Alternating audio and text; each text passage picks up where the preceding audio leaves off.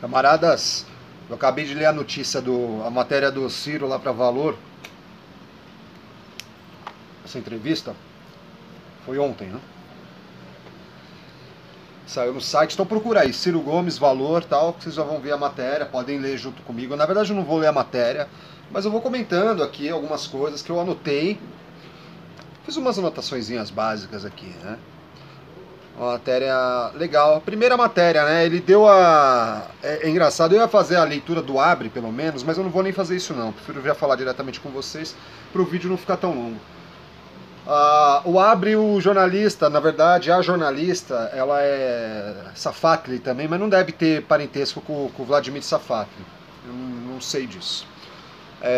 Ela fala que é a primeira entrevista após o convalescente Ciro Gomes ter feito uma nova cirurgia, né? E convalescente uma porra, minha camarada jornalista, uma porra, porque é lógico, ela vai explicar depois qualquer coisa que, não, eu usei o termo convalescente, porque é como a gente fala com alguém que acabou de sair de uma cirurgia, mas não. A denotação dela é fraqueza, tá? É a maneira dela dar uma espezinhadinha, porque é o Valor, né, cara? Vocês sabem que o Valor é uma revista de direita. De direita, tudo bem, mas é uma revista neoliberal. É uma revista que defende as pautas liberais, né? Ela não é desenvolvimentista, né? E o convalescente, o termo usado aí é pra isso, é mais pra dar uma zoadinha no Ciro, tudo bem. Tem que lembrar uma coisa, né? O Ciro, mesmo tendo feito cirurgia, subiu foi pro debate, né? O Bolsonaro não foi em debate, convalescente ou não, né? Enfim, tendo feito também cirurgias, né? Aí ela começa perguntando sobre o governo Bolsonaro, se havia risco à democracia, se ele acha. Aí o Ciro fala, não, até agora, 2 da tarde do dia 28, tananã, tananã, eu não vi nada acontecer. É a opinião do Ciro. Eu já acho que teve algumas menções, principalmente dos filhos do Bolsonaro, na verdade do Eduardo Bolsonaro, falando algumas besteiras por aí. Mas tá, e ele falou, eu tenho que desejar boa sorte para esse governo. E aí a gente fala também, o único problema é que há um momento aí na entrevista, não lembro quando, que ele trata o Bolsonaro por camarada. Aí eu fico chateado, tá ligado? Porque não é camarada, né? O Bolsonaro é camarada. Eu não chamaria assim, né? Eu não chamaria nem de companheiro, né? Camarada é uma parada especial. Se bem que esses dias brincaram comigo, falaram que camarada, por exemplo, aqui no interior de São Paulo, é uma coisa que não é muito bem. Não é uma boa palavra usar camarada. Aí eu tenho um cara que eu gosto de ver, um comediante lá do Nordeste, o Moção, que passa trote pros outros. Eu adoro, eu rio muito quando escuto esse cara. E aí ele falou de camaradagem. Camaradagem lá no Nordeste deve ser alguma coisa como sem vergonheza, sem vergonhice, né? Sacanagem pura, né? Mas o melhor termo que eu uso pra vocês e que eu quero que vocês usem pra mim é camarada no melhor sentido da palavra, entendeu? O sentido nacionalista e esquerdista de antigamente, né? E de camarada, meu amigo, meu camarada, né? Tudo bem. Aí ele passa aqui, ela fala, mas o senhor acha que o governo pode dar certo? Ele falou, não. Eu desejo boa sorte, mas não vai dar certo, porque não tem, como ele diz lá, concepção. Não tem projeto, é o que ele quer dizer. Qual que é o projeto do Bolsonaro? Não ter projeto. A gente vai voltar nisso depois. Porque ele continua, mas a gente vai voltar porque tem uma hora que ele volta nisso aqui, aí eu faço o gancho, tá? Mas ele vai e fala assim, olha, o Paulo Guedes, que é o principal ministro da Economia. Um cara que parou de ler nos anos 80, leu nos anos 80 e parou de ler depois que saiu da faculdade ali nos anos 80, e de 2008 para cá não leu as novas teses que a própria Escola de Chicago e outros grupos estão dizendo que não, quer dizer, como ele diz lá, ninguém mais abraça o consenso de Washington, mas o Paulo Guedes ainda abraça. Acha que o mundo está tocando nessa toada ainda. Então ele fala lá, o neoliberalismo está desmoralizado como teoria. Ninguém mais vai para cima disso. E aí ele explica uma coisa também, por exemplo, como eu notei aqui, sermos salvos pelo capital dos outros. Porque a ideia do Paulo Guedes, em Ciro na entrevista, é assim, pro Ciro, tá? Vai lá, enxuga o Estado, diminui o Estado, fabrica monopólios ou oligopólios de alguns setores para algumas empresas estrangeiras, ou seja, você internacionaliza o capital, tá? Aí você fica contando com a boa vontade do estrangeiro de aportar capitais aqui para as coisas darem certo. Só que veja bem, uma multinacional tem uma empresa aqui no Brasil, e ela, o setor da mineração, e ela tem uma outra empresa também do mesmo setor, sei lá, no Canadá e outra na África. Onde vocês acham que ela vai salvar primeiro, se ela tiver algum problema? Eu garanto para vocês que é no Canadá. Não sei explicar o porquê, mas eu sei que é no lugar mais rico que ela vai financiar, ela vai manter a estrutura dela intacta, nem que ela precise para isso retirar primeiro da África e em segundo lugar do Brasil. Dentro desse exemplo, vocês entenderam? Porque ela precisa da manutenção ali, porque é dali que ela vai ter realmente tirar mais dinheiro, ou lastrear o capital dela para que não caia todo de uma vez, enfim. É uma série de coisas que, claro, eu não sou economista, não sei como explicar tão bem, mas a gente só por observação consegue ver isso também. Consegue dar alguns detalhes, dar uma passada nessas coisas. Mas é lógico que um economista, se botar o Marconi aqui do meu lado, ele explicaria, ah, isso é assim, é tal coisa, é chamado de tal coisa, não. Esse tipo de detalhamento que eu não tenho, tá? Aí a conversa sai um pouco dessa questão do neoliberalismo, do Paulo Guedes, essa coisa, e ela fala assim, a jornalista pergunta sobre uma questão de, por exemplo,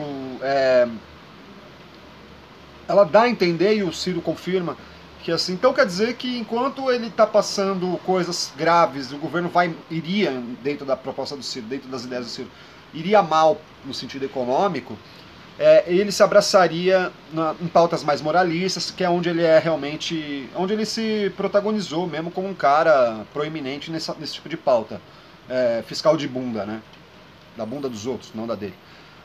E aí é o que o Ciro fala, é um desvio de atenção. Lembra que eu sempre falo isso pra vocês? Enquanto eu tô chamando vocês a atenção aqui, eu tô passando coisas por trás aqui, tá? Eduardo Moreira fala isso em vídeos também, que é coisa do mágico, né? Que eu ponho aqui na mão e aqui eu tô passando por trás aqui certas coisas. Que é aquilo, na situação que eu exemplifico também como a situação de a gente criticar o aumento do Supremo, enquanto está se passando refis, subsídio, subvenção, uma série de coisas para as empresas estrangeiras, poucas empresas brasileiras, e é desvio de renda, desvio mesmo de orçamento do Estado, do coletivo, para alguns indivíduos, algumas empresas, figuras jurídicas ali. E a gente criticando 6 bilhões aqui, 8 bilhões aqui, enquanto estão passando aqui quase meio trilhão aqui, percebe? É isso que é foda. Então é desvio de atenção. Aí o Ciro ele entra na questão do modelo previdenciário, e eu até fiz um vídeo sobre isso, falando que a proposta do Ciro, que é aquela proposta de que a própria geração financiará a sua própria aposentadoria, a sua própria previdência. Hoje o nosso modelo é o modelo anterior, e é o modelo que vige, segundo ele em entrevista, ainda na Argentina, na Venezuela e no Brasil. Aí ele faz um link falando, ó, os 3 países estão quebrados, ou seja, a previdência não está dando certo. Se a mesma previdência, que é o maior gasto dos estados, está acontecendo dessa maneira, significa que a coisa não está boa, né? Não sei por que o Ciro não tocou na dívida. Não sei se é porque ele estava dando entrevista para o valor. Porque, na verdade, o Ciro sabe muito bem que a dívida pública é o maior gasto, a previdência é o segundo. Só que, assim, a galera que lê o valor é uma galera de direita, endinheirada, e que normalmente é também rentista da dívida, então ele não teria que tocar nisso agora, adaptação de discurso. Eu acho que ele fez isso de uma maneira esperta, e não de uma maneira que ele cague e ande para a dívida, porque não foi. A gente sabe que ele se preocupa com esse fato, né, com essa questão.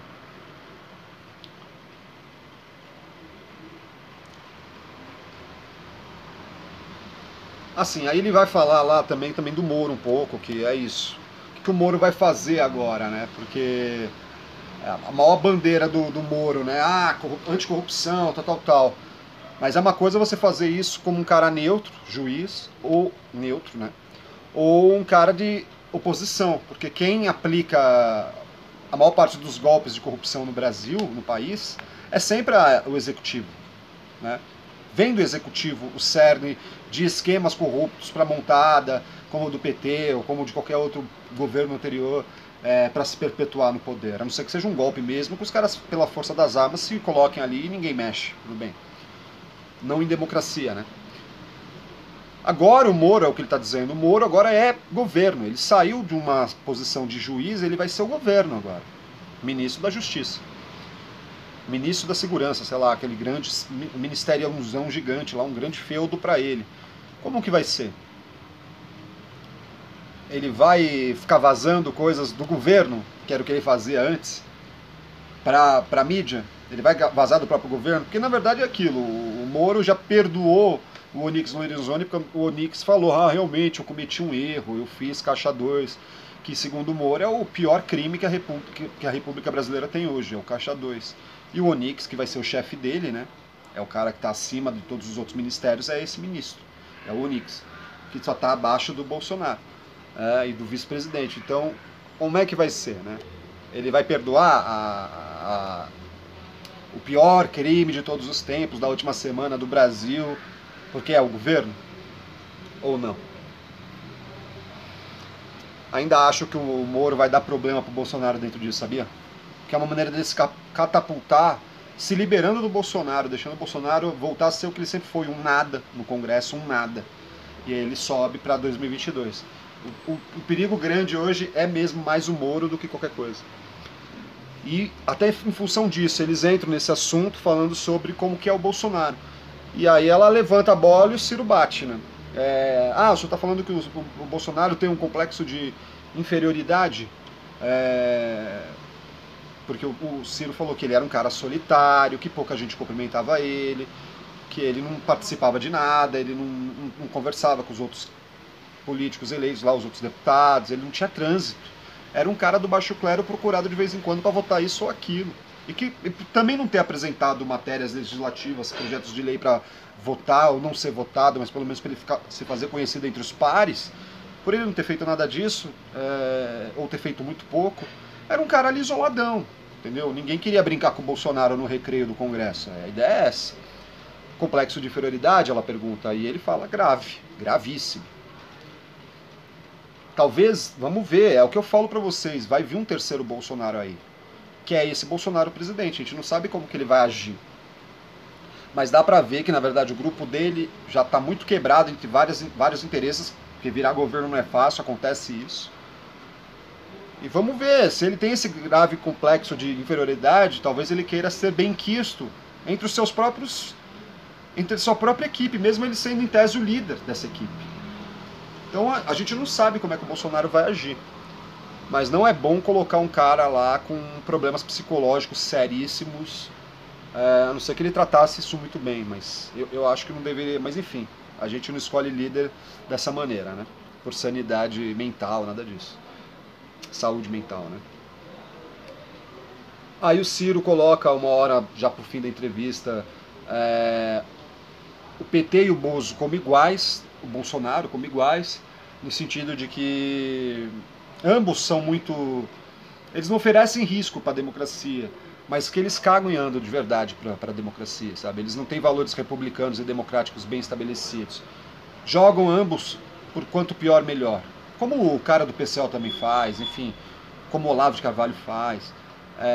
Eles fazem as coisas como se não houvesse amanhã, mas há amanhã, né? Todo dia nasce um amanhã e aí...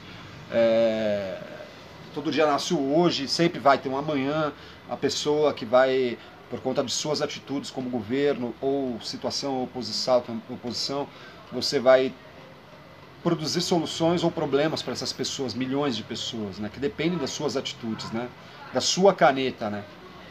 A questão é um pouco essa. E para finalizar, falando do PDT, né, ele diz lá que... É muito louco isso também, ele fala do negócio de que eles tentaram levar a Dilma com amparo e tudo, com pesquisa, dizendo que ela poderia ganhar, cara, para senadora no Ceará.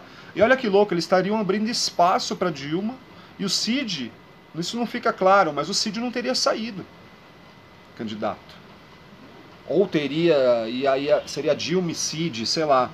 Mas que o Lula de dentro da cadeia dá uma ligada e exige para o Fernando Pimentel em Minas que ela não fosse, que ela fosse candidata por lá, quebrando as alianças do Fernando Pimentel, que o Fernando Pimentel deveria ser devia já ter um candidato lá para fazer, que devia ser de outro partido, para fazer uma boa coligação para bater de frente lá contra o Anastasia naquele momento, que era quem a gente imaginava que iriam para o segundo turno os dois, PT e PSDB. No fim foi o Zema, né? E virou governador. Então, assim, decisões que o Lula toma de dentro da cadeia, imposições dele que fazem com que... E para finalizar, ele fala do Haddad, né? Eu vou falar do PDT no fim, mas agora é a penúltima. O Haddad vira e ele diz, eu tô de boa em relação a todo mundo, eu não tenho problema com meus adversários, problemas pessoais, mas o Haddad não para de falar de mim, né? Então, ou me chama para conversar ou me esquece. Não é que ele tá fazendo um aceno pro Haddad ficar amigo e caminhar junto o PT com o PDT, não é isso não. É mais assim, cara, se ficou alguma rusga entre nós, vamos trocar uma ideia, entendeu? Ou desencana, para de falar de mim por aí, entendeu? Tipo, é bem isso, me chama pra jantar, né, velho? E é isso, ele tá em São Paulo, o Haddad também mora em São Paulo, enfim. E aí, para finalizar isso, ele diz que o PDT já tá a fim de, no início do ano, mostrar que o Ciro vai ser o candidato em 22. E o Ciro, que tava falando que não, que ia se retirar da vida pública, ele já falou assim que ele não vetou nada. É que ele só acha que a construção de uma candidatura não se dá simplesmente com um partido falando, é isso, eu quero isso, e ele vai ser o candidato e pronto. Há outros fatores que acho que o Ciro compreende muito melhor que eu, que nós, que todo mundo, e que ele quer que isso se consume para realmente ele vir como um grande candidato, um candidato com chances agora de ganhar, de pelo menos ir para o segundo turno para ganhar. E eu acho que as favas com os escrúpulos, sei lá quais são os escrúpulos do Ciro, ele tem que ser o nosso candidato, espero que ele fique bem de saúde, sabe, resolva essa questão aí para entrar lá tinindo, ele tá novo ainda, tem que ser candidato, a gente tem que apoiar, a gente já tem que começar os nossos projetos para 2020, para fazer realmente uma estrutura para o Ciro ir passando, em cada grande cidade, onde tiver público, ele tem que vir para as redes sociais com toda a força, é assim que eu acho que tem que ser, cara. E você aí, camarada, algo que não é difícil de você fazer, onde você entrar, você botar lá um Ciro 2022. É a hashtag, né, que fala, né? Aquele negócio assim. Ciro 2022. Façam isso. Parece bobeira, mas não. Se cada um de vocês aí, 300 pessoas que virem esse vídeo, todo lugar que vocês estiverem, Ciro 2022, Ciro 2022, é um negócio que funciona, hein, velho? Funcionou para Bolsonaro. E já estão começando a fazer isso pro Moro. Os bolsominions já estão abandonando o Bolsonaro e vão pro Moro. Escutem o que eu tô dizendo. Alguns vão pro Dória. Então, bota lá, Ciro 2022, sempre. E eu acho muito legal, cara, o que tá acontecendo. Eu acho que o Ciro... É que agora é isso. Ele voltou das férias, né, do descanso depois das eleições. Tá cuidando dessas questões de saúde aqui em São Paulo, mas logo logo ele vai começar a caminhar o Brasil todo e a gente tem que organizar isso também. Esse canal aqui, eu, o Guerreiro, vou ajudar pessoalmente, se eu puder, a montar espaços para ele, lugar para ele vir falar para 500 pessoas, 1000 pessoas, mas a minha opinião, se eu pudesse opinar, eu acho que os outros youtubers que são também do projeto do desenvolvimento nacional, que estão com o Ciro, que estão também com o PDT de certa forma, todos devem achar o mesmo, que o Ciro deveria vir toda semana com uma live, ou toda semana dar um material específico para mim, um material específico para o Rubem Gonzalez, um material específico para o Noé, na Voz da Legalidade, para o Borelli, para quem for, para todos, entendeu? Principalmente o primeiro de todos, que é o Tatu no Toco. Ninguém fazia nada, o Tatu no Toco já estava fazendo, mas é que o Tatu não usa, né? Ele usa vídeos e ele faz, né, umas coisas, não é que nem nós que colocamos a cara ou a voz, né? É diferente. Mas a gente precisa começar a organizar essa rede assim de comunicação, e o Ciro tem que se aproveitar dessa rede, se aproveitar do meu trampo, do trampo dos outros, tem que se aproveitar. porque é uma maneira de dispersar, de levar a palavra mesmo, entendeu? Nesse sentido mesmo de fazer o projeto ficar conhecido. E o Ciro tem que ficar conhecido. Ele é conhecido em São Paulo e conhecido pra caralho no Ceará, no Nordeste, como um todo. Ele precisa ser conhecido em lugares onde ele não é conhecido pra valer, entendeu? A gente precisa ajudar o camarada nisso, o camarada Ciro Gomes. Esse sim é um camarada, o Bolsonaro não é. Fiquem com Deus, camaradas. Hoje eu já não faço mais vídeo. Mas dá um like aí, velho. E se você viu até agora, coloca assim, abacate verde e amarelo. Um abraço.